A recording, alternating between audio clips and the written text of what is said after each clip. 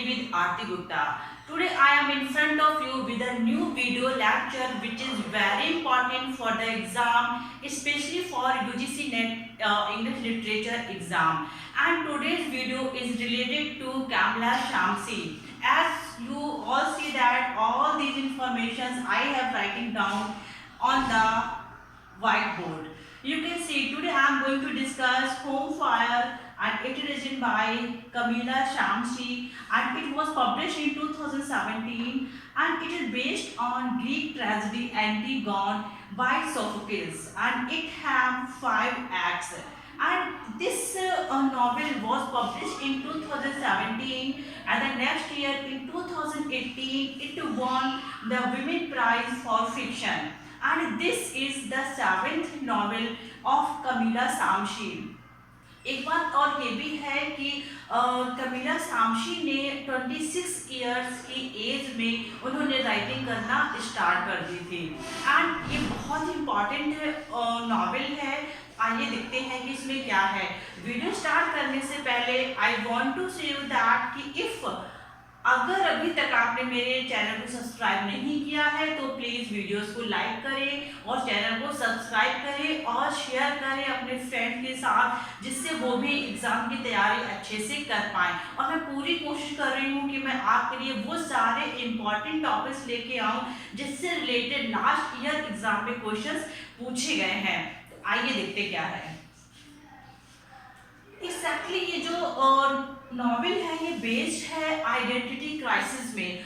Identity crisis जो कि Muslims के आइडेंटिटी क्राइसिस पे बेस्ड है और कहाँ पे, ब्रिटेन में कैसे मुस्लिम आइडेंटिटी को एक एग्जैक्टली रेपुटेशन मिले, एग्जैक्टली ये उस पे बेस्ड है। आइए देखते क्या है। इसमें जो मेन कैरेक्टर है वो है इज़्मा, अनीका एंड परवेज। ये तीनों बिलोंग करते हैं पाशा फैमिली से बिलोंग करते हैं और एग्जैक्टली इस टाइम पे ये तीनों सिबलिंग हैं और इनके फादर की और इनके मदर की डेथ हो चुकी है। इसमें जो बड़ी बहन है सबसे वो है इज़्मा ही अपने दोनों भाई बहन अनीका और परवेज की केयर करती है, उनका पालन पोषण करती है। अब जब ये दोनों अनीका और परवेज अभी 19 इयर्स के हो गए हैं तो अब इज़्मा के ट्यूटर टीचर का नाम होता है हीरा शाह। वो उसको कहते हैं कि तुम्हें अब अपना ग्रेजुएशन कंप्लीट कर लेना चाहिए। तो ये अपना ग्रेजुएशन कंप्लीट करने के लिए ये चली जाती है यहाँ से बाहर, मीन्स मैक्सटेट में चली जाती है। अब यहाँ पे इसके दोनों सिबलिंग बचे हुए हैं अनीका एंड परवेज, लेकिन जाने के बाद भी ये अपने भाई बहन से कांटेक्ट रखने की कोशिश करती है और उनसे डेली स्काइप पे बात करती है, उनकी क्या वो कर रहे हैं, कहाँ जा रहे हैं, किससे मिल रहे हैं, इन सब के बारे में वो नॉलेज रखती है, एग्जैक्टली वो लोग क्या कर रहे हैं। उसके बाद लेकिन यहाँ पे अनीका और परवेज का रिलेशन बिल्कुल भी एक दूसरे से अच्छा नहीं है। वो दोनों अपने ही काम में बिजी रहते हैं, एक दूसरे से उन लोगों का बहुत ज़्यादा अट्रैक्शन भी नहीं है। अब यहाँ पे जो अनीका है और परवेज है ये यहाँ पे लोग रह रहे हैं और इज़्मा, मैं कोई बहुत इम्पॉर्टेंट बात बता दूँ, इज़्मा है जो एक हिजाबी है। हिजाबी मतलब जो लोग उसमें रहते हैं, हिजाब में रहते हैं मुस्लिम फैमिली के, ये हमेशा उसमें रहती है। अचानक से परवेज क्या करता है कि परवेज का कांटेक्ट होता है फारूक से। फारूक जो कि एक मीन्स क्रिमिनल भी होता है और ISI से जुड़ा होता है। उसके पहले ये जो है इम्यून लोन, ये किसका बेटा होता है? ये बेटा है कारामत लोन का, जो कि एक पॉलिटिशियन है और ये इसका सन होता है। ये जो इम्यून लोन है इसका रिलेशन हो जाता है इज़्मा से, इसका रिलेशन यहाँ पे हो जाता है इज़्मा से, लेकिन इज़्मा इसको बहुत ज़्यादा वैल्यू नहीं देती है क्योंकि इज़्मा उस पॉलिटिशियन से मीन्स करामत लोन से बहुत ज़्यादा इरिटेट होती है, उससे बहुत ज़्यादा हेट करती है क्योंकि उसके फादर की जो डेथ हुई थी उस डेथ में इसके फादर का बहुत बड़ा हाथ था, क्योंकि इसके फादर एक पॉलिटिशियन थे। उसने जब उसके पेरेंट्स की डेथ हो गई थी तो इज़्मा ने सारे लोगों से हेल्प मांगी थी, लेकिन इसकी हेल्प किसी ने नहीं की थी। इवन जो करामत लोन होते हैं ये भी मना कर देते हैं हेल्प करने से। इस वजह से ये बहुत ही ज़्यादा यहाँ पे इज़्मा बहुत ज़्यादा चिढ़ती है इन लोगों से। अब यहाँ पे जो इम्यून लोन है वो कंटिन्यू इज़्मा को चेज कर रहा है, इज़्मा का पीछा कर रहा है। इज़्मा अभी एक कैफे में भी काम करती है और एक कैफे में काम करने के बाद अपनी पढ़ाई भी पूरी कर रही है। यहाँ पे इम्यून लोन इसको पीछा करता है, लेकिन इसको बिल्कुल भी वैल्यू नहीं देती है और इससे अपना रिलेशन ब्रेक कर लेती है। ये इससे अपना रिलेशन ब्रेक कर लेती है और इसके बाद यहाँ पे परवेज को मिलता है फारूक, जो कि एक आईएसआई में एज अ क्रिमिनल इन्वॉल्व होता है। तो वो परवेज से बोलता है कि तुम्हें ये पता करना चाहिए कि एग्जैक्टली तुम्हारे फादर की डेथ कैसे हुई है, तुम्हें उनके बारे में कुछ भी नहीं पता है, तुम्हें ये पता करना चाहिए कि उनको कहाँ पे बरीड किया गया था, तब आपको नॉलेज मिलेगी कि एग्जैक्टली क्या हुआ था आपके फादर के साथ। ये फारूक की बातों में आ जाता है और फारूक के साथ ये चला जाता है सीरिया चला जाता है और वहां पे ये आईएसआई ज्वाइन कर लेता है। आईएसआई ज्वाइन कर लेता है, कहाँ पे जाता है ये सीरिया में लिख देती हूँ जिससे आपको याद रहेगा।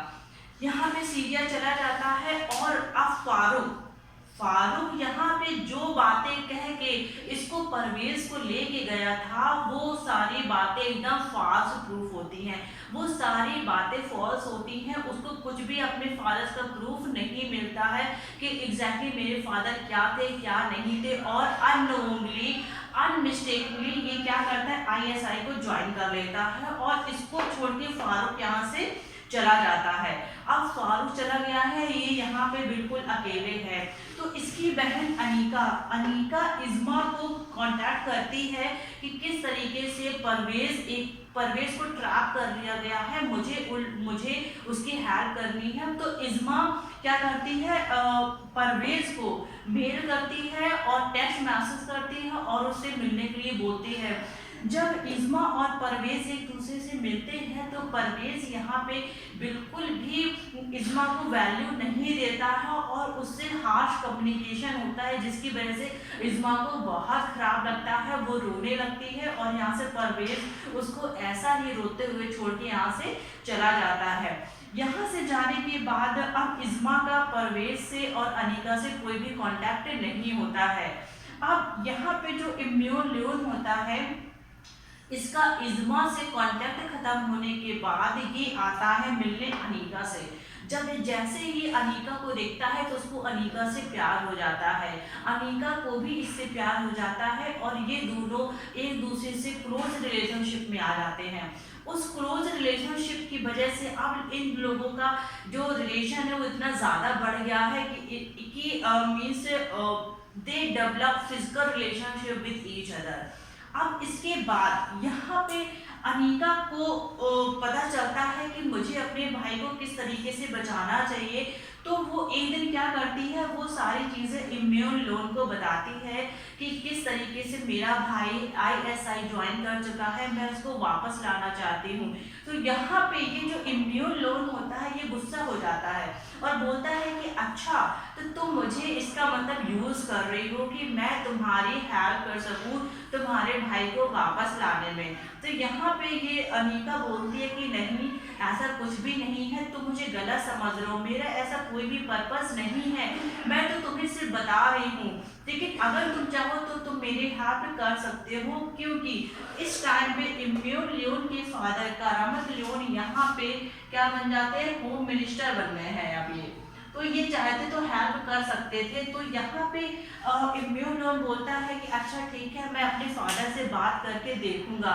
ये अपने फादर से बात करने जाता है, इसके फादर टोटली मना कर देते हैं और उसको बोलते हैं कि तुम्हें अब आज के बाद बिल्कुल भी अनीका से मिलने की जरूरत नहीं है, जितनी जल्दी हो सके as soon as possible you should end your relationship with Anika.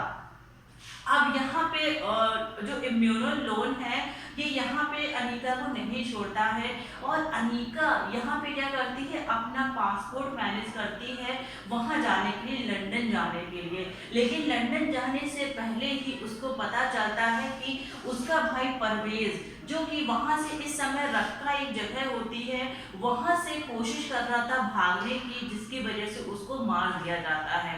उसको मारने से पहले ये जो फारूक होता है, फारूक भी प्लानिंग करता है कि कैसे भी करके परवेज यहाँ से सीरिया से रक्का से वापस ना जा पाए, क्योंकि वो एक नेचुरल लाइफ बिताना चाहता था। उसको बहुत ये गिल्टी फील हो रहा था कि मैंने किस तरीके से ये चीजें ज्वाइन कर ली है, लेकिन ऐसे वो वहां से बच पाता इसके पहले ही उसको वहां पे मार दिया जाता है बाय शूटिंग। अब इसकी डेथ हो चुकी है परवेज की, और उन लोगों ने क्या किया है, इसकी डेड बॉडी को पाकिस्तान भेज दिया है। अभी ये यूके में था, अभी इसकी डेड बॉडी को पाकिस्तान भेज दिया है इसके रिलेटिव्स के पास, जिसकी वजह से अनीका को बहुत गुस्सा आता है। अनीका जाती है जब पासपोर्ट अपना वीज़ा मैनेज करके, तो उसको लंदन पासपोर्ट में रोक लिया जाता है और उसको बोला जाता है कि आप वहाँ पे नहीं जा सकती। इसके बाद वो जाती है पाकिस्तान और वहाँ पे कहती है कि मेरे भाई की बॉडी मुझे हैंड ओवर कर दी जाए और मेरे भाई की बॉडी कहाँ भेज दी जाए, यूके वापस भेज दी जाए। लेकिन वो एग्जैक्टली उस जगह तक नहीं पहुँच पाती है, लेकिन वो पूरी रात भर जागती है कि एग्जैक्टली मैं अपने भाई को तो मैं जीते जी नहीं वापस ला पाई, लेकिन मैं किसी तरीके से मैं क्या करूं, मैं अपने भाई की डेड बॉडी कब वापस ला पाऊं या मैं यूके जाके उसकी डेड बॉडी को प्रॉपरली बरीड कर पाऊं। ऐसा करने के बाद अब यहाँ पे अनीका क्या है, कोशिश कर रही है, और इस टाइम अनीका होती है कराची में होती है। और यहाँ पे इसको पता चलता है इम्यून लोन को कि इस टाइम पे ये बहुत बुरी तरीके से अनीका फंस चुकी है और हो सकता है कि ये वापस आ भी पाए या ना वापस आ पाए। तो ये क्या करता है, इम्यून लोन कराची जाता है अपनी फैमिली को बिना बताए। इसकी फैमिली को, करामत लोन को, उसकी वाइफ को और उसकी डॉटर को एक सेफ रूम में रख दिया गया है, जिससे टेररिस्ट इसके ऊपर अटैक ना कर पाए। और अब लेकिन इन लोगों को चिंता हो रही है तो सिर्फ किसकी हो रही, इम्यून लोन को, जो कि पूरी तरीके से अनीका को बचाना चाहता है। वो जाता है अनीका के पास, अनीका से मिलता है तो इसके ऊपर अटैक किया जाता है और इम्यून लोन को उस बैट से मारा जाता है, जो कि वो बैट पहले से ही एक्सप्लोटिव मैटर से, एक्सप्लोजन वाली बैट से मारा जाता है, जो कि पूरी हैवीली लोडेड होती है, और उसको उसी बैट से बांध दिया जाता है। मारने के बाद उसके बाद पूरी भीड़ डर जाती है ये देख के कि ये कभी भी एक्सप्लोजन हो सकता है और इम्यून लोन की डेथ हो सकती है। तो सारी भीड़ वहां से भाग जाती है, वहां से अटैकर्स भी भाग जाते हैं। लेकिन जब अनीका इम्यून लोन को इस कंडीशन में देखती है तो उसको बहुत खराब लगता है। तो जैसे ही इम्यून लोन अनीका को देखता है तो डर जाता है और अनीका से बोलता है कि तुम यहाँ से भाग जाओ दूर, लेकिन अनीका वहां से वापस नहीं भागती है और वो भागती है किसकी तरफ, इम्यून लोन की तरफ। इम्यून लोन को इस चीज का डर था कि मैं पूरा ना किसी बॉम्ब से, एक्सप्लोजन से मैं पूरा भरा हुआ हूँ, उस पूरी बैट से बंधा हुआ हूँ, अगर मेरी डेथ हो जाए तो कम से कम अनीका तो बच जाए। लेकिन अनीका उस टाइम को उसको बिल्कुल भी अकेला छोड़ना नहीं चाहती थी और अनीका यहाँ पे जाती है, इम्यून लोन को उसके गले लग जाती है। लेकिन वो फाइनली कुछ ही मिनट, कुछ ही मूवमेंट ऐसे होते हैं जब वो लोग एक दूसरे को गले लगाते हैं और उसके बाद उन दोनों की डेथ हो जाती है। अब डेथ यहाँ पे हो जाती है, यहीं पे ये नॉवेल खत्म हो जाती है। एग्जैक्टली इस्मा का क्या हुआ यहाँ पे कुछ भी पता नहीं चलता है कि वो ग्रेजुएशन अपना पूरा कर पाई कि नहीं कर पाई। अब इसमें एक ये आता है कि जब इम्यून लोन अपने फादर से अलग होता है तब उसके फादर सबसे पहले एक सेक्रेटरी पॉलिटिशियन होते हैं, लेकिन बाद में इसके फादर होम मिनिस्टर बन जाते हैं। यहाँ पे जो परवेज होता है वहाँ पे रक्का पहुँचने के बाद वो फारूक के साथ जब घूमने जाता है तो वो कुछ वहाँ से ऑडियो विजुअल कुछ ऐसे वीडियोस के इंस्ट्रूमेंट ले आता है। उसी इंस्ट्रूमेंट, उन्हीं टूल्स की वजह से ही वो किसी अनीका से बात कर पाता है। तो अनीका उसको बोलती है कि तुम परेशान मत हो, आई विल मैनेज समथिंग, और मैं तुम्हें वहाँ से वापस जरूर लेके आऊँगी। उसके बाद से ही परवेज वहाँ से वापस निकलने की कोशिश करने लगता है। और इस तरीके से ये यहाँ पे नॉवेल खत्म हो जाती है। ये नॉवेल बहुत ही इम्पॉर्टेंट है, तो आई एम श्योर कि आप ये कोई नॉवेल बहुत अच्छे से समझ में आई होगी। और अगर आपको मेरा ये वीडियोस अच्छा लगा, आपको लगा कि इसमें कुछ ऐसा था जो आपके लिए इम्पॉर्टेंट था, तो please like and share my videos and subscribe my channel. Thank you so much.